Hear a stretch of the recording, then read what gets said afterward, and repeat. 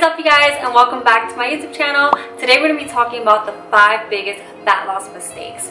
A few videos back I posted the 5 biggest weight gain mistakes, and you guys really seem to love that video, so I thought I'd do another video on fat loss. But before we get into the video, I do want to say that there is a big difference between weight loss and fat loss. Usually for people that say they want weight loss, they really are looking for fat loss, because weight loss, you're going to be losing muscle and fat with a bunch of other things as well, like water weight, etc. But with fat loss, the goal with fat loss is losing just fat and losing minimal or even possibly gaining some muscle at the same time. I believe that almost everyone wants to achieve fat loss, not weight loss, because if you achieve weight loss, you're usually going to look the same but just smaller. You're still going to look fat, but you're still going to have fat on you because you're going to be losing muscle, so you're still going to have like that skinny fat look.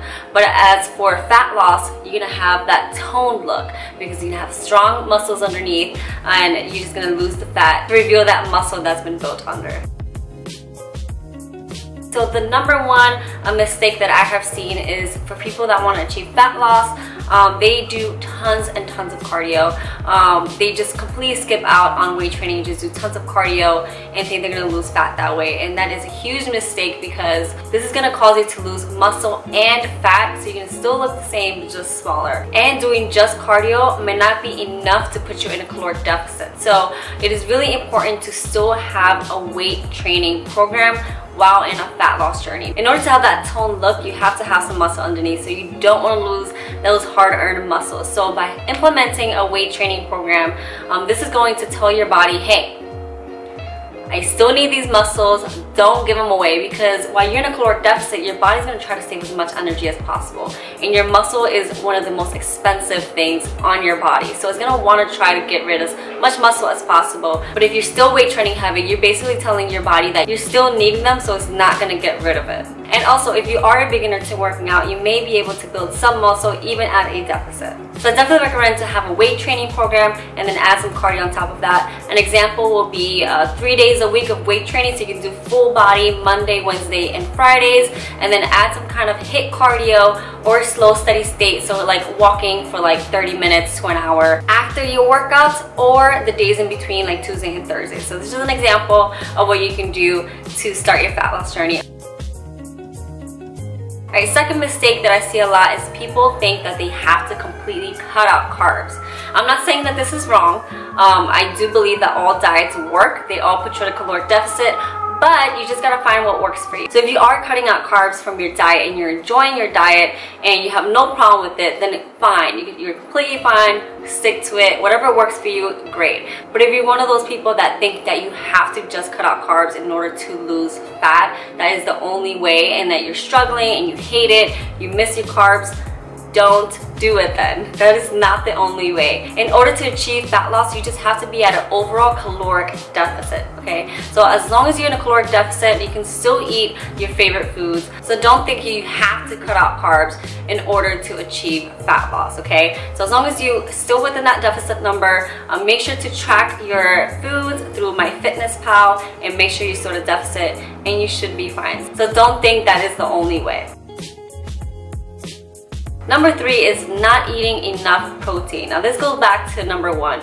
You want to maintain as much muscle as possible while in this cutting phase or in this fat loss stage, okay? You want to be able to have that toned look. You don't want to just be the same way you are, but just smaller. So another way that your body is going to be able to retain muscle is by having enough protein. So this is not a 100% accurate calculation. It definitely depends on the person, but this is just an overall calculation that you can get started with. Is 1 gram per body weight in pounds. That will be how much protein you need every single day in order to maintain muscle at a caloric deficit or a fat loss stage. And the reason for this is because since your body is at a deficit, it is restricted in calories, it's trying to find ways to get energy. So it's going to try to get some energy out of your muscle and using that protein for energy. And this is something that we don't want. And we actually want the protein for our muscles to help retain it and to help grow. So by replenishing our body with more protein throughout the day is going to help us maintain as much muscle as possible. So I definitely recommend to try to get in some protein every single meal. I have protein for breakfast, lunch, and dinner, and even in my snacks. So for breakfast, I have egg whites. For lunch, I have some chicken. for dinner I have even more chicken. So I always try to implement some kind of protein in every single part of my meal so I have protein throughout the day. Fourth mistake is not using NEAT.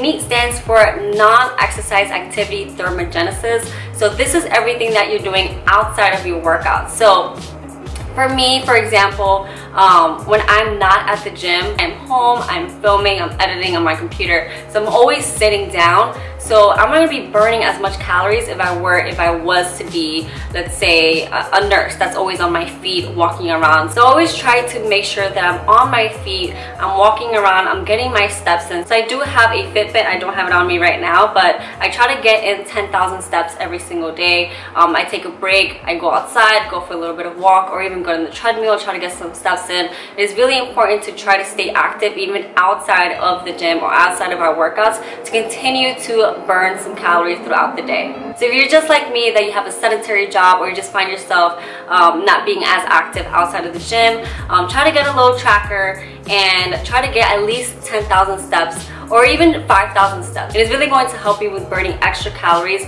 on top of your workouts and your deficit. So you're going to see a really huge difference with your fat loss journey. Alright, so the last and fifth mistake is using the scale to track your progress. So you guys, I can't emphasize this enough. The scale is not your best friend. It is okay to use it, it is okay to weigh yourself, but don't get so fixated on the number on the scale. Just because there's many different factors that go into that weight. I have many clients that reach out to me like, hey, you know, yesterday I was 133, today I'm 135, like what's going on? I went up 2 pounds. I'm like, relax. Your weight is always going to fluctuate between 1 and 2 pounds just because of water weight and of course your bodily fluids, you know, number 1, number 2. So it really depends on a lot of things on how your weight is going to fluctuate. So it's always going to fluctuate. Don't panic. But overall, you know, a lot of goes into that number. You know, your muscle mass, your fat mass, your bone density, so much more, especially when you're starting to weight train and you're on this journey. You may even just stay the same weight, but your body's gonna look different. You know, your body composition is gonna change. So a lot of people just say, oh, muscle weighs more than fat. That's not true.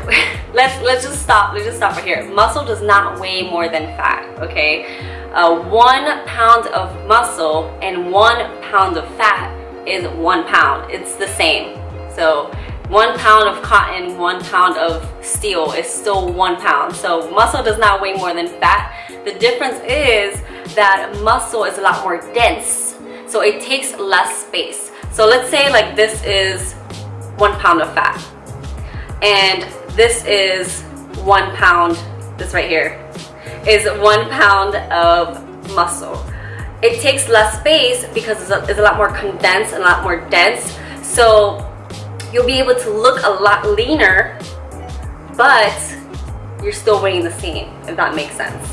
You see the difference between how much space this takes in your body, how much space this will take in your body, but you're still going to be weighing the same because they're both 1 pound.